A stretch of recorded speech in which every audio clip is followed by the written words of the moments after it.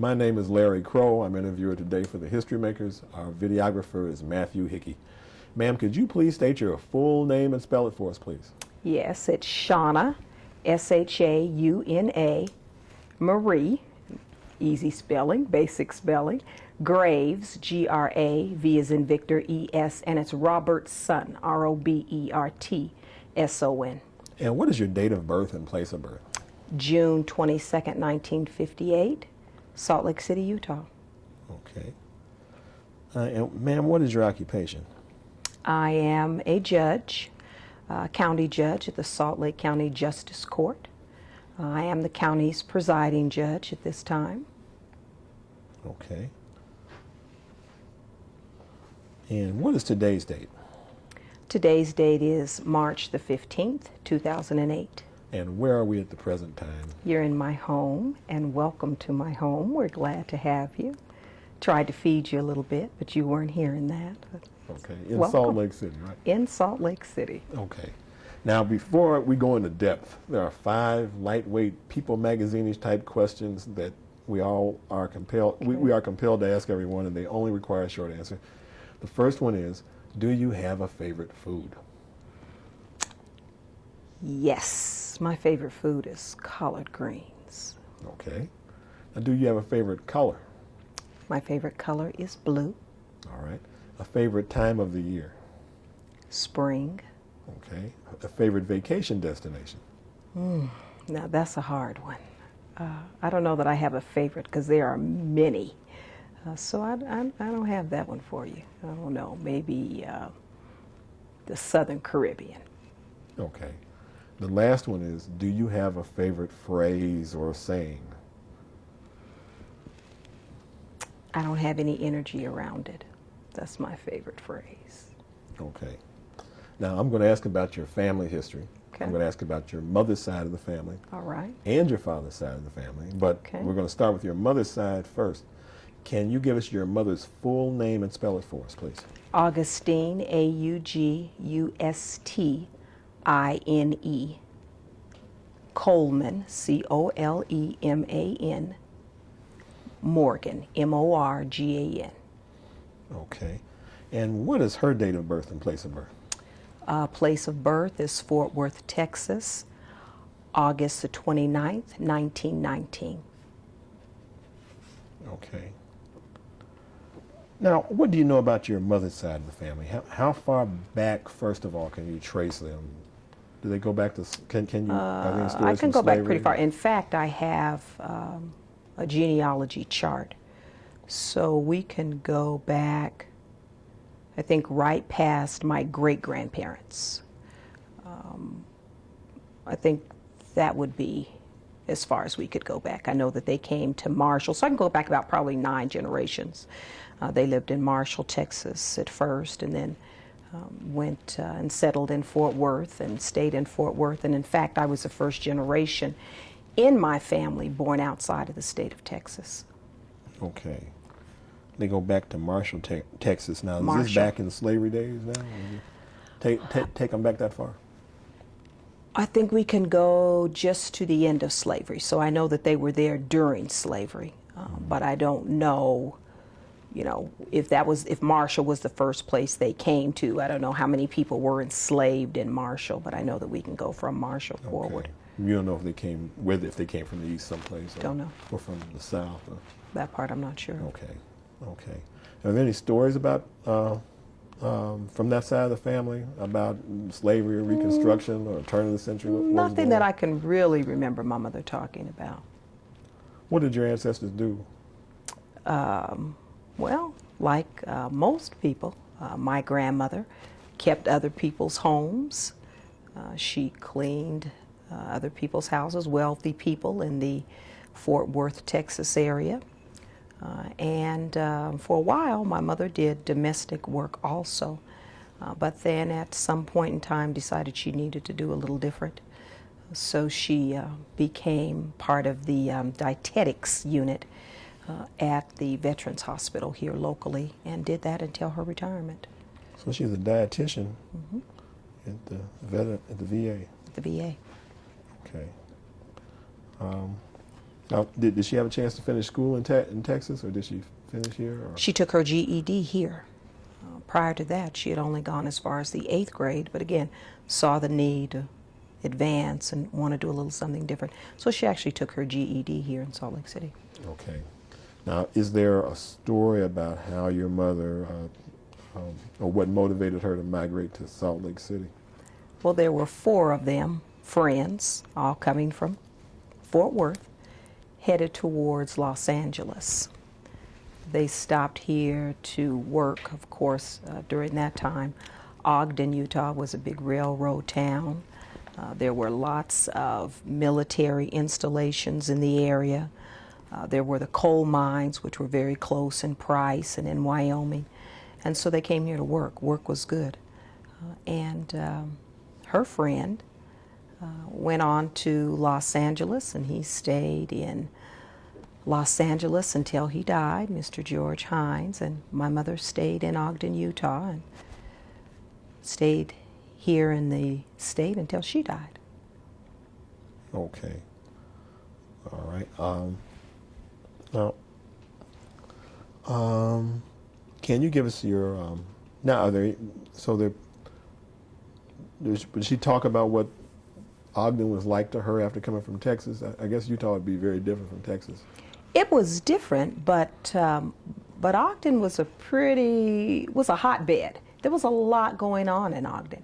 You had, the porters and waiters. You had a big railroad community, and so there was a pretty well established African American community, not far from the railroad station. So although it was certainly smaller, it wasn't home, but there was a lot happening in Ogden at that time. A lot Other happening. people have mentioned Ogden to us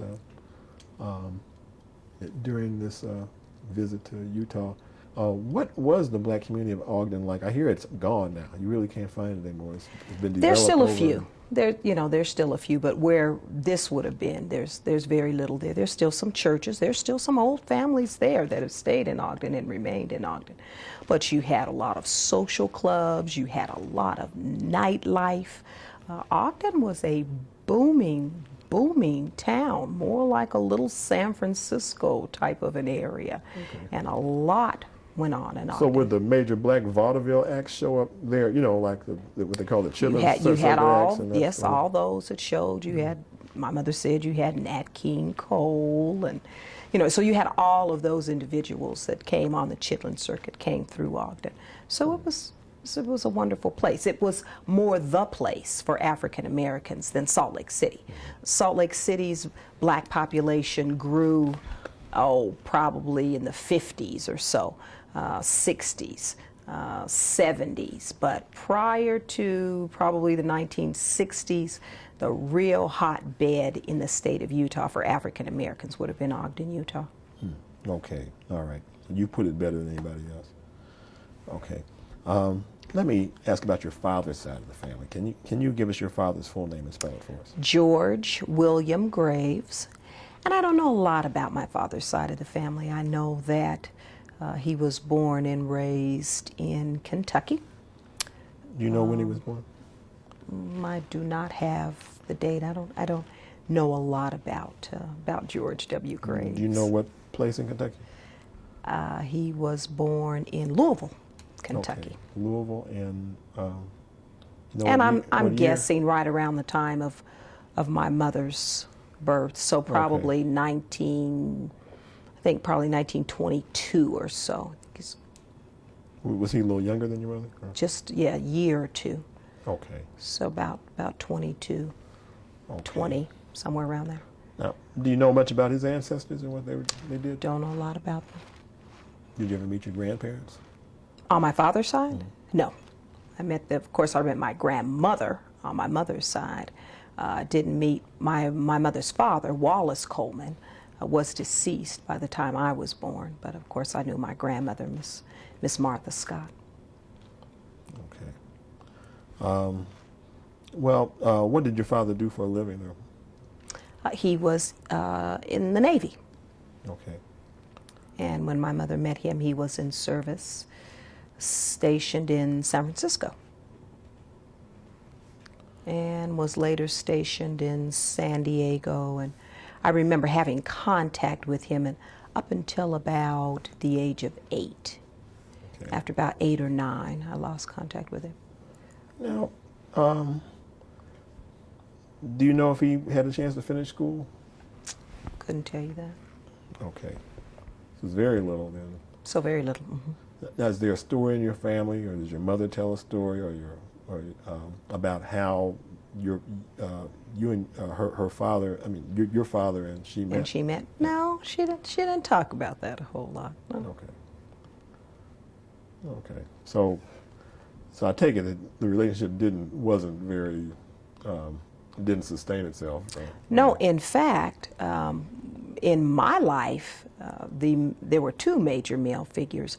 My mother did marry Norman D. Morgan, who worked for the post office, retired from the post office.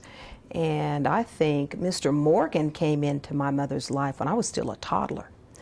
So for a long time, I just assumed that Mr. Morgan was my father. And in fact, he asked my mother several times to allow him to adopt me. But my mother thought that it was very important that I retain my name, even if I didn't have that connection with my father. And that was a little bit of a sore spot between the 2 of them. But Mr. Morgan was in my life until I was grown. And then the other major male figure was my godfather, who was a big part of my life. What was his name? Frank Crosby. And my godmother was Janie Mae Crosby. And they were definitely surrogate parents. Had a tremendous amount to do with my upbringing, and I think to a large extent helped to shape where I went in life. Okay. Now, just back to your father for a second. Now, was your mother in San Francisco for a while? Is that how they met? Because if he was, I don't really know. Now, my mother was truly a traveler. My mother went everywhere. So exactly where the 2 of them met, I don't know. Okay. I don't know. You were born in Salt Lake City. I was born here. Okay, because Salt Lake City is a pretty far piece from San Francisco.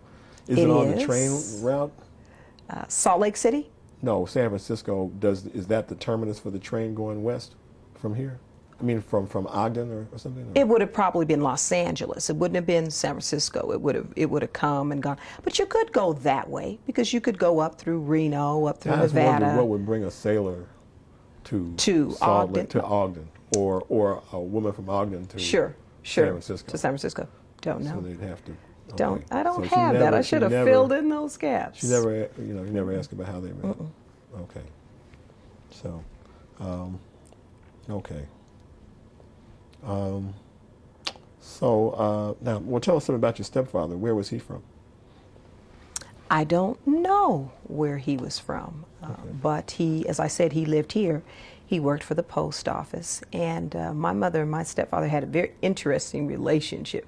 They stayed together for years and years and years, but they would part, and he would go back to Ogden and stay in Ogden, and then they'd make up, and he'd come back, and he'd be with us for a period of time. But as I said, he was a part of my life until I went off to college. Okay. What happened then, really? Then he just.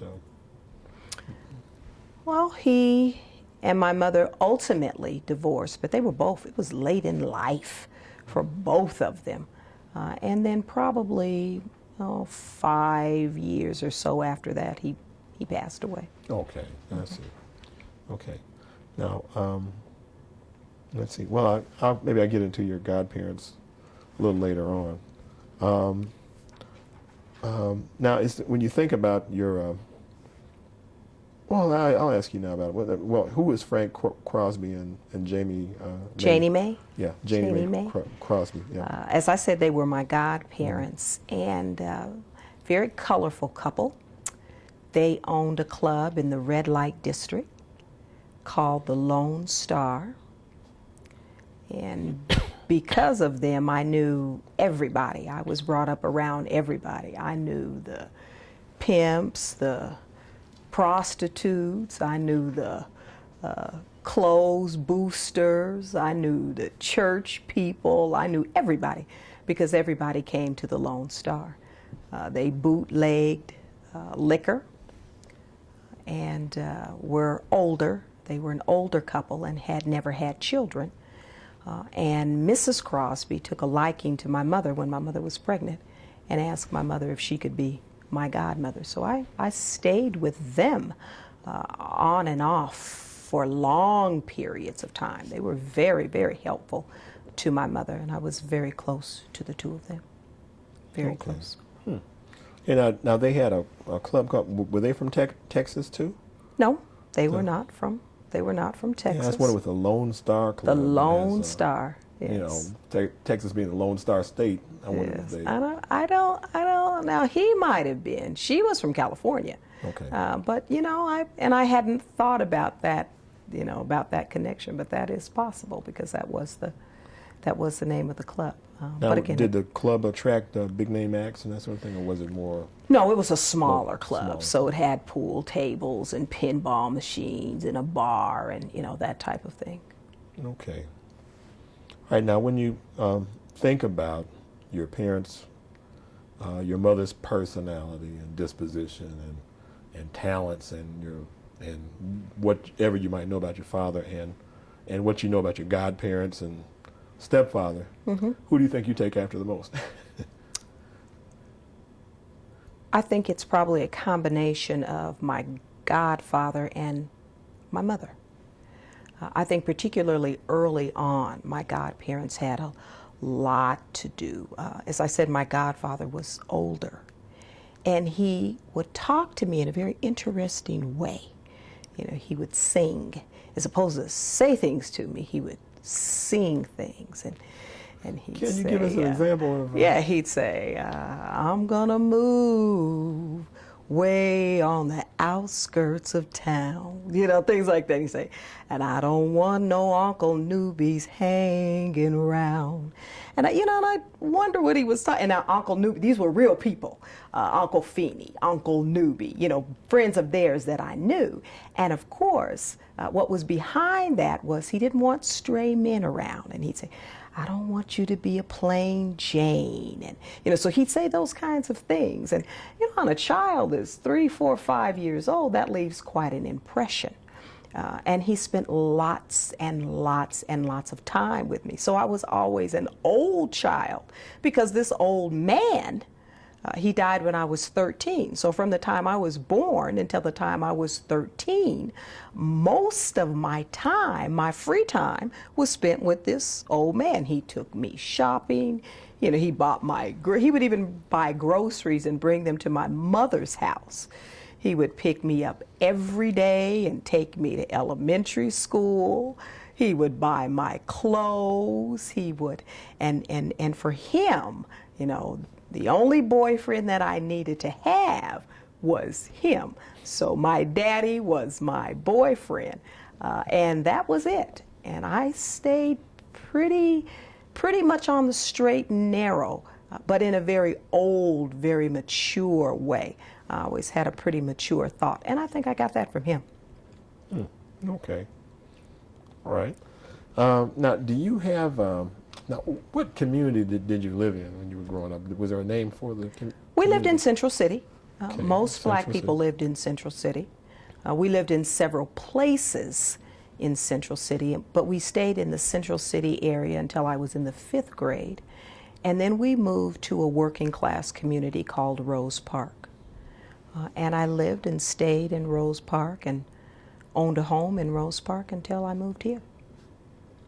Okay. To this home. All right. Now, do you have an earliest childhood memory? How early? Oh, the earliest thing you can think of, or if there's not something like that, maybe we'll just ask I have another question. lots of childhood memories, so that's why I said Okay. But how early is do there- you is want there a me to first go back? One? Is there an earliest one? The first thing you remembering? The first thing I think I remember as a child had to be when I was probably 3. And I had a sister who was cooking at the stove and pouring some grease into a container. and spilled the grease in my eyes. And I remember things being frantic and them wrapping me up and trying to get me to the doctor to, to deal with this thing that had happened to my eyes. I think that was probably my earliest memory. Did you suffer any damage from the grease? Really? There was a problem with my tear ducts, and they had to go in ultimately and open up my tear ducts and do some things like that. But there wasn't very much scarring, and it wasn't too bad. I think it was more drama, than anything else. But I remember things with my sisters. My sisters seemed to be always injuring me of some sort or another. I remember one time my sister took a blanket, and again, I must have been probably about 3, 4 at the most, took a blanket and was, taking the blanket up in the air, and the blanket hit a chandelier and it fell and cut me. And I still have the scar on my arm. So they had to do lots and lots and lots of stitches. So those are my earliest memories. Okay. How many sisters do you have? I had 2. They are both deceased. Oh, okay. I was the baby. I had 2 sisters and 1 brother, and they're all gone, unfortunately. My sisters were in a horrific car accident in 1964 when they were 15 and 16, and of course I remember that very vividly also.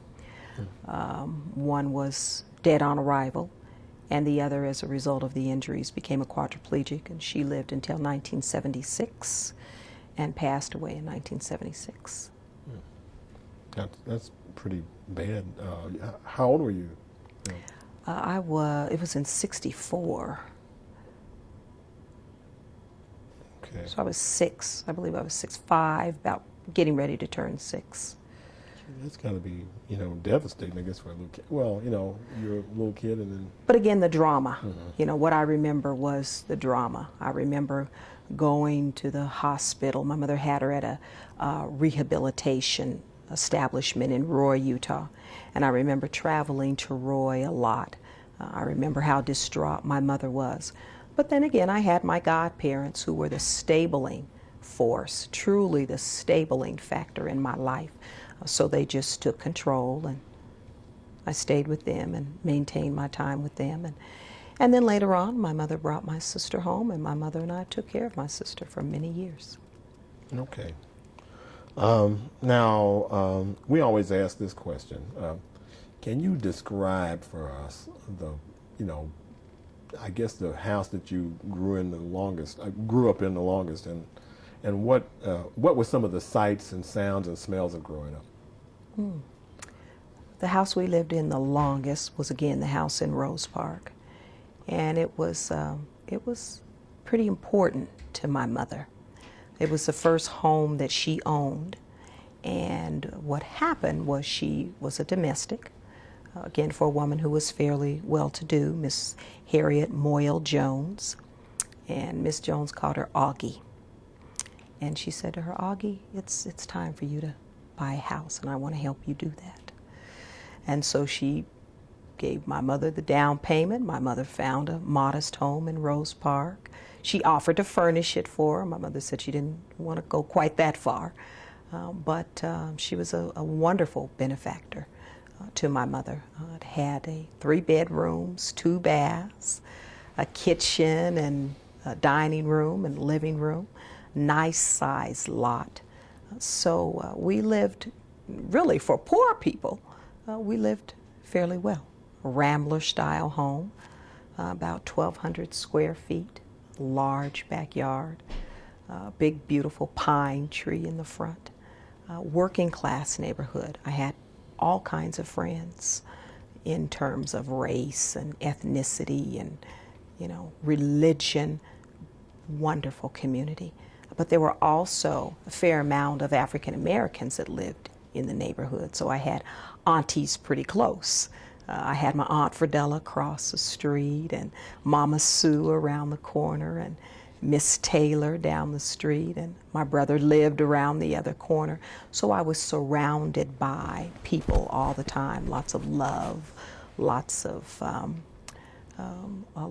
care. I never remember being alone or frightened, or if my mother came home or if I was home alone and my mother wasn't there, I always had some place to go. So my childhood was, looking back, pretty special. Okay. What about sights, sounds, and smells of growing up? Of growing up, what I remember about Rose Park was the birds. You could always hear the birds chirping in the morning.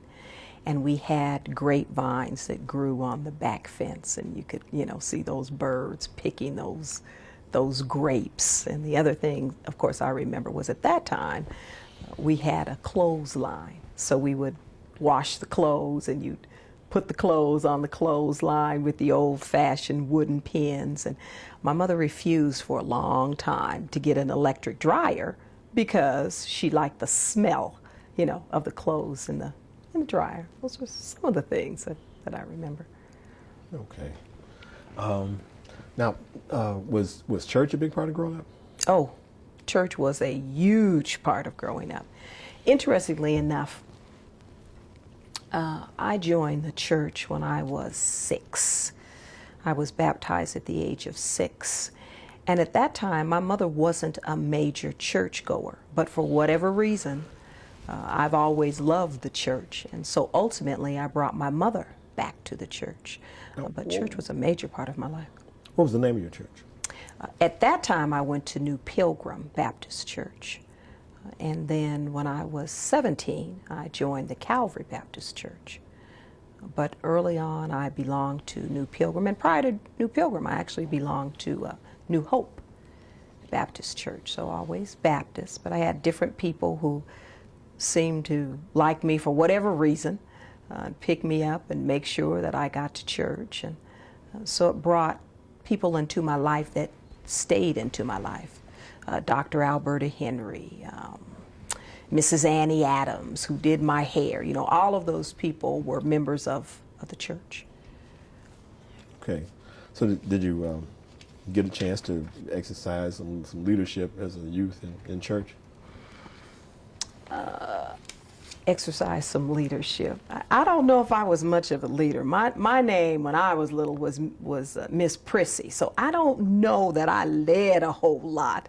I think I probably stayed to myself, but I always did things like speaking, singing. I was always a member of the choir, or those types of things. And of course, that's where we learn to lead, is in the church. That's for many African Americans. That's where you learn your leadership skills. That's where you learn your speaking skills. That's where your personality is formed and formulated, is in the church. Okay. We're going to pause here and change tape.